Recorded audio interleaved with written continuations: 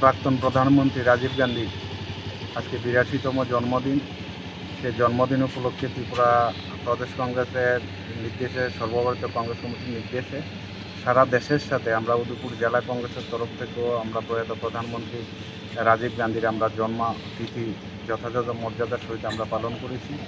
এখন আমরা এসে উদয়পুর মহকুমার হাসপাতালে, সেই হাসপাতালে আমরা রোগীদের মধ্যে ওনার জন্মদিন উপলক্ষে আমরা ফল মিষ্টি সেখানে আমরা বিতরণ আমরা করলাম।